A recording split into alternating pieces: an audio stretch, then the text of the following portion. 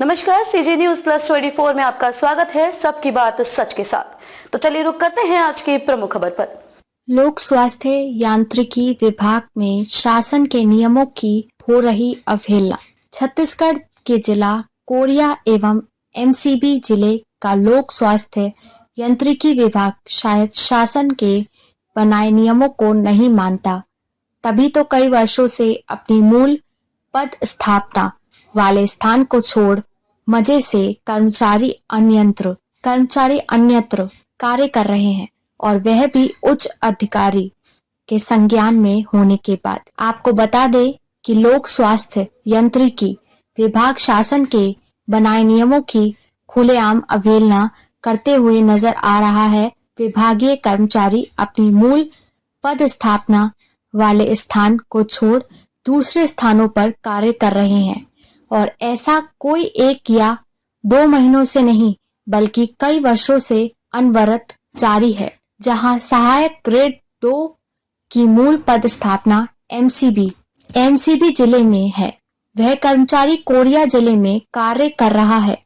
ऐसे ही एमसीबी जिले में पदस्थ एसडीओ को कोरिया जिले में और कोरिया जिले में पदस्थ एसडीओ से एमसीबी जिले में सारे नियमों को ताक कर रख कार्य कराया जा रहा है। ऐसा नहीं है कि इसकी जानकारी उच्च अधिकारियों को नहीं है, बावजूद इसके शासन द्वारा बनाए नियमों का पालन न करते हुए कार्यालयीन उच्च अधिकारी अपने हिसाब से कार्य करा रहे हैं।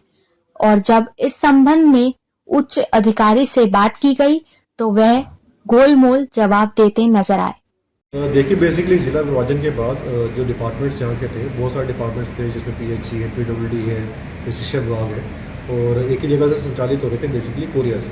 अब कुछ डिपार्टमेंट जो है वो पृथक हुए हैं, और कुछ कर्मचारी जो यहाँ के वहाँ पे काम कर रहे थे, वहाँ के कर्मचारी यहाँ पे काम कर रहे थे। ये इशू हमारे सामने भी आया है। हम तत्काल प्रयास कर रहे हैं कि जो प्रस्तावना है, जहाँ जहाँ पे जिनकी प्रस्तावना है वहीं पे वो पदस्थ होकर काम करें। इसके संबंध में यदि शासन के स्तर पर हमें पत्राचार करना पड़े करेंगे। क्या है कि जो जनकपुर के एसडीओ साहब थे हमारे, अब वर्तमान में एमसीबी जिला, तो उनका बीच में निलंबन हुआ तो उन्हें रिस्टेट हुए। इसके बाद उनका स्वास्थ्य जो है ना गड़बड़ रहने लगा, और वो उतना दूरस्थ एरिया में काम नहीं कर पा रहे थे। तो उन्हें की इच्छा के अनुसार बोले कि मेरे को मुख्यालय में रखा जाए, और जो दूसरे एसडीओ हैं उनको वहाँ का प्रभार सौंपा जाए, माने काम कराया जाए।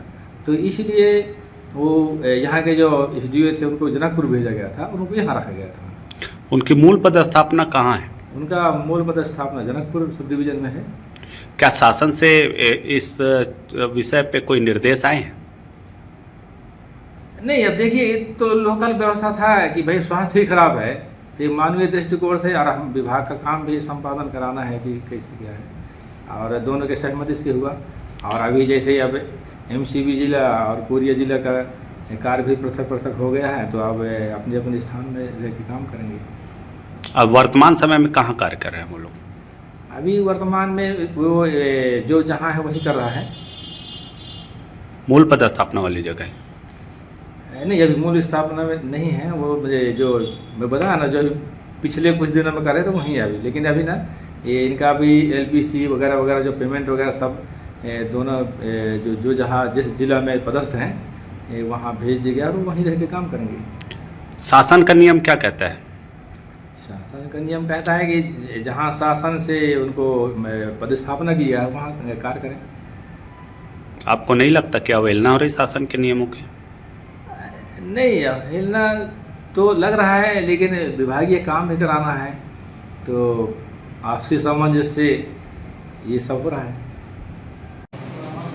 इसमें जो है कर्मचारी का मैं मांग किया हूँ। विक्टर टोको है, तो ये मनेन्द्रगढ़ सब डिवीजन का कर्मचारी है, वो बैकुंठपुर कोरिया जिला में काम कर रहा है, और बैकुंठपुर का भी काम करेगा और मनेन्द्रगढ़ जिले का भी काम करेगा। तो मैं इसी में मांग किया था, तो ये साहब बैकुंठपुर का प्रस्तावना की एजेंसी को यहाँ पोस्टिंग के लिए दिए हुए हैं। और अभी जो कर्मचारियों का, अभी मेरा डीडीओ पावर अप्रैल में एक्टिव हुआ है, तो अप्रैल का पेमेंट वहीं से हुआ है और इन लोगों का रिलीविंग वगैरह का कार्य अभी वहीं चल रहा है। तो अभी इस डिले से अभी कोई पेमेंट अभी नहीं कर किया। अच्छा, इनको पेमेंट रोकने का कलेक्टर से आपका आदेश रहा इसमें सर? ये एक बार आया था कि ये लोग कहाँ का कर्मचारी काम कर रहे हैं करके, तो उन लोग को हम लोग बताए हैं, तो पेमेंट वहीं से हो रहा है, हम तो रोक नहीं सकते।